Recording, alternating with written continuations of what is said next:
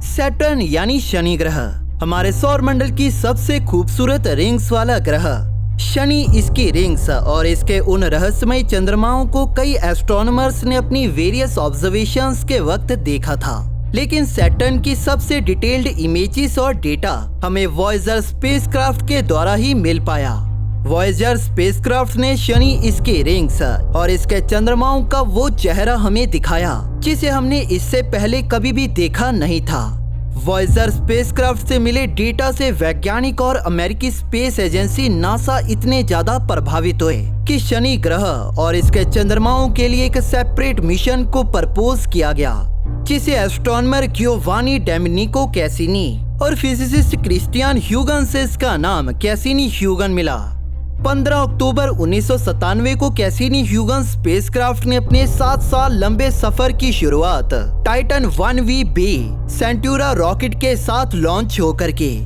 अपनी लॉन्च के बाद इस स्पेसक्राफ्ट का मेन टारगेट था शनि ग्रह, जिस तक पहुंचने के लिए इस स्पेसक्राफ्ट ने वीनस, अर्थ और जुपिटर के कई फ्लाईबाइज किए। यह कैसिनी ह्यूगन मिशन 2 हिस्सों में बटा था, जिसमें से कैसिनी स्पेसक्राफ्ट को शनि, इसकी रिंग्स और इसके चंद्रमाओं को फ्लाईबाई करना था, वहीं ह्यूगन प्रोब को शनि के रहस्यमय चंद्रमा टाइटन को स्टडी और एक्सप्लोर करना था। कैसिनी स्पेसक्राफ्ट के साइज और वेट के काफी ज्यादा होने की वजह से इसे डायरेक्टली शनि तक पहुंचाया नहीं जा सकता था। इसी वजह से स्पेसक्राफ्ट ने कई ग्रेविटी असिस्ट मैन्यूवर्स को परफॉर्म किया ताकि इसकी स्पीड को इंक्रीज कर इसे शनि ग्रह तक पहुंचाया जा सके। सबसे पहले कैसिनी को वीनस की तरफ भेजा गया, जहां पर इसने वीनस का फ्लाईबाय किया, जिससे कैसिनी को ग्रेविटेशनल बूस्ट मिला। इसके 2 सालों बाद कैसिनी फिर से हमारे नीले ग्रह से 700 माइल्स की दूरी से गुजरा, जहां इसे एक और ग्रेविटी बूस्ट मिला, जिससे इसकी स्पीड 13,400 माइल्स पर आवर तक पहुंच गई। इन्हीं फ्लाईबाइज के दौरान कैसिनी हमारे चांद के करीब से गुजरा और इसने अपने कैमरास को कैलिब्रेट कर अपनी जर्नी की सबसे पहली तस्वीर कैप्चर की। यहाँ पर कैसिनी उस दूरी पर था जहाँ पर यह अपनी लॉन्च के बाद था, लेकिन इसके फ्लाईबाइज की वजह से इसने सूर्य के ग्रेविटेशनल पुल को एस्केप कर अपनी डेस्टिनेशन यानी शनि की तरफ अपने सफर की शुरुआत की। शनि पर पहुंचने से पहले कैसिनी को हमारे सौर मंडल के सबसे बड़े ग्रह जुपिटर का भी एक फ्लाईबाई करना था। सन 2000 के दिसंबर में कैसिनी जुपिटर के पास पहुंचा। इसने 6.2 मिलियन माइल्स की एक दूरी से जुपिटर, इसकी पतली रिंग्स, इसके चंद्रमाओं की 26,000 इमेजेस कैप्चर की। अपने फ्लाईबाइज के दौरान कैसिनी ने 27 इमेजेस से एक ट्रू कलर मोज़ेक इमेज को कंस्ट्रक्ट किया, और जो अभी तक की जुपिटर की most detailed global colour image है। इस इमेज में हम जुपिटर के रेडिश ब्राउन और व्हाइट बैंड्स, इसके व्हाइट ओवल तूफान और जुपिटर के सबसे बड़े तूफान ग्रेट रेड स्पॉट का एक नजदीकी व्यू देख सकते हैं। कैसिनी के जुपिटर फ्लाईबाइज के दौरान हमें गैलीलियन मून आयो का एक इनक्रेडिबल व्यू देखने को मिला। इस इमेज को सन 2001 के जनवरी में कैप्चर किया गया था, जब यह वोल्केनिक मून जुपिटर के क्लाउड्स के आगे से गुजर रहा था। जुपिटर के सामने यह मून कितना छोटा दिखाई दे रहा है, इससे हम यह अंदाजा लगा सकते हैं कि जुपिटर का साइज सच में कितना ज्यादा बड़ा है। जब इस इमेज को कैप्चर किया गया था तो आयो जुपिटर से 2,17,479 माइल्स की एक दूरी पर था, और यह वोल्केनिक मून आयो हमारी पृथ्वी के चांद से थोड़ा ही बड़ा है। जुपिटर के सक्सेसफुल फ्लाईबाइज के बाद कैसिनी का अगला और फाइनल टारगेट था शनि। लगभग 4 सालों तक अंतरिक्ष के अंधकार में ट्रेवल करने के बाद सन 2004 के फरवरी में कैसिनी शनि ग्रह के पास पहुंच चुका था। शनि के पास पहुंचने के बाद कैसिनी ने इस इमेज को कैसिनी के नैरो एंगल कैमरा से कैप्चर्ड इमेजेस की एक सीरीज से तैयार किया। जब इस इमेज को कैप्चर किया गया था तब कैसिनी शनि ग्रह से 43.1 मिलियन माइल्स की एक दूरी पर था।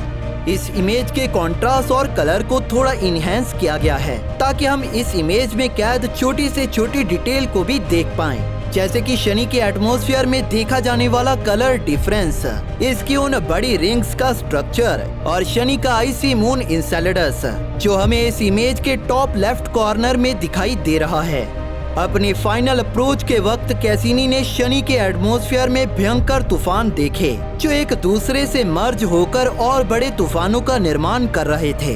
और इसी के दौरान इसने शनि के 2 नए चंद्रमाओं को भी खोजा जिन्हें मैथिनी और पेलिनी नाम दिया गया। लेकिन कैसिनी का सबसे पहला इनकाउंटर शनि के डार्क मून फोइब के साथ हुआ। अपने इस हिस्टोरिक फ्लाईबाय के दौरान कैसिनी ने इस चांद की हाई रेजोल्यूशन इमेजेस की सीरीज कैप्चर की जिन्हें एक साथ जोड़कर इस चांद की एक इनक्रेडिबली डिटेल्ड मोज़ेक इमेज तैयार की गई। इस इमेज ने हमें इस चांद की क्रेटर से भरी सतह दिखाई जिसमें से इसकी सतह के कुछ पैचेस ग्लो कर रहे थे जिनके बारे में वैज्ञानिकों का मानना है कि यह वहां पर मौजूद वाटर आइस की वजह से चमक रहे होंगे। फोइब के सक्सेसफुल फ्लाईबाइज के बाद कैसिनी ने शनि के अराउंड अपने ऑर्बिट में सन 2004 के जुलाई में एंटर किया जिसके साथ यह वो पहला स्पेसक्राफ्ट बन गया जिसने शनि को पहली बार ऑर्बिट किया। कैसिनी ने शनि, इसकी रिंग्स और इसके चंद्रमाओं की हजारों इमेजेस हम तक पहुंचाई। इन्हीं इमेजेस में से कुछ इनक्रेडिबल इमेजेस शनि के चांद टाइटन की थी। कैसिनी मिशन से पहले हमें इस चांद के बारे में बहुत कम पता था, जैसे कि यह चांद मरकरी ग्रह से थोड़ा बड़ा है और इसकी सतह एक मोटे नाइट्रोजन रिच एटमॉस्फेयर से कवर्ड है। सन 2004 के अक्टूबर में कैसिनी टाइटन की सतह से 750 माइल्स की दूरी से इसके एटमॉस्फेयर के बीच से होकर गुजरा। इसी दौरान कैसिनी ने टाइटन की कुछ इमेजेस भी कैप्चर की। कैसिनी द्वारा कैप्चर्ड टाइटन की इस इंफ्रारेड इमेजेस में हमें बादल टाइटन की सतह के स्ट्रेंज फीचर्स को कवर करते हुए दिखाई दे रहे हैं और यह फीचर्स हमें टाइटन की सतह पर धारियों के जैसे दिखाई दे रहे थे जिनकी फॉर्मेशन इसकी सतह पर बहने वाली नदियों की वजह से हुई होगी। इसके कुछ महीनों बाद कैसिनी स्पेसक्राफ्ट के साथ गए ह्यूगन प्रोब को टाइटन पर भेजने के लिए कैसिनी स्पेसक्राफ्ट से डिटैच कर दिया गया, जिसके साथ ही ह्यूगन प्रोब ने टाइटन की सतह तक के अपने 3 हफ्तों लंबे सफर की शुरुआत की। इस वीडियो को 147 मिनट लंबी ह्यूगन प्रोब की जर्नी से मिले डेटा से तैयार किया गया है।